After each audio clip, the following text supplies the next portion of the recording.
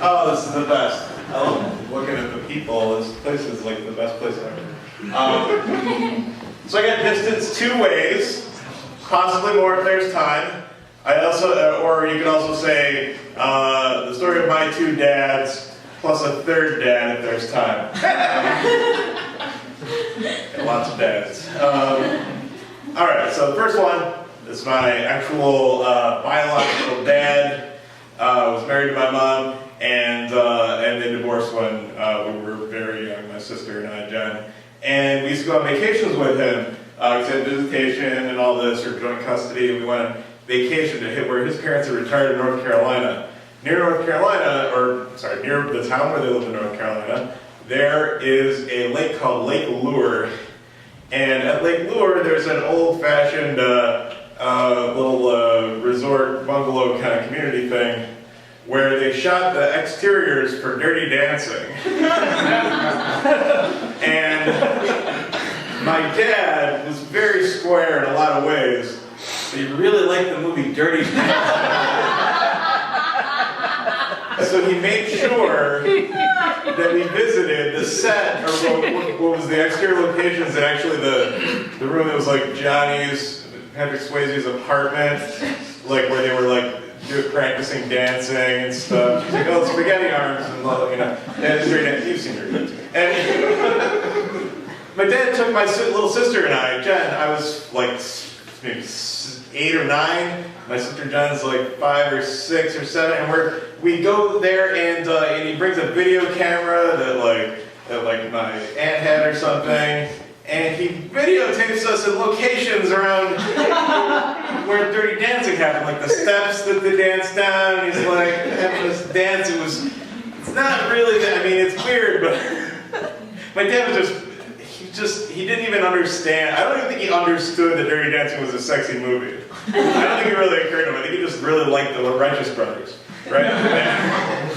And so we used to go on vacations like that, and that stuff petered out after a while. And this is like the distance of space. After a while, he stopped visiting us or taking us with him, even though he lived in town, and we really felt separated from them. Eventually, like after I was out of high school and after I really stopped caring whether he was around or not, he moved down to North Carolina into the same area where his parents had lived and retired before they died. And then I literally haven't seen him in about a dozen years. And so that's one kind of distance. Dad number 2. Shortly after my mom got divorced from my biological dad, she married another guy. And she met this guy because he was a psychic. And she met him getting a reading from him. And then they started dating. Oh, no. And my mother married radio's original psychic. Look it up, it's a real thing. He was a radio DJ and also a part-time psychic on the side. He actually supported us with money for doing psychic readings with ladies in our living room waiting to be read throughout my entire childhood. It's like the weirdest thing I can say about myself. But here's the thing, it was so normal to us that I forget that it's weird continually. I have to remind myself, oh, that's a part of my childhood. He told people's futures for like $40 an hour, and they left with like cassette tapes of their readings. And over time, he and my mother fought a lot, and this is the distance from a person who's living in your own home, and the distance from the truth, because it turned out that he had some serious like self-esteem problems, and he couldn't tell the truth about just about anything. He became like a sort of a pathological liar, and he had distanced himself from us as we sort of realized all that he was sort of this non-person. We never really actually got to know him. The only thing that we did know, weirdly, was that he loved us, but honestly that's not enough to sustain a marriage or a family unit in a lot of ways. So they ended up getting divorced too. And then eventually he died. So the distance in this case is time. He died in 2001. And so actually, I haven't seen either of these dads in about the same amount of time. That's another kind of distance.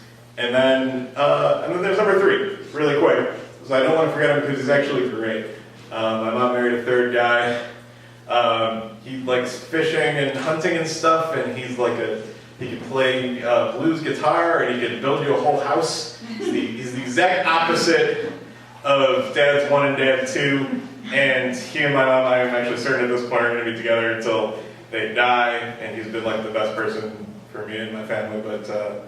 But I think that distance comes in a lot of ways, but I've actually felt closer. I haven't felt the distance between people in my family in quite a long time, and I'm actually really happy about that.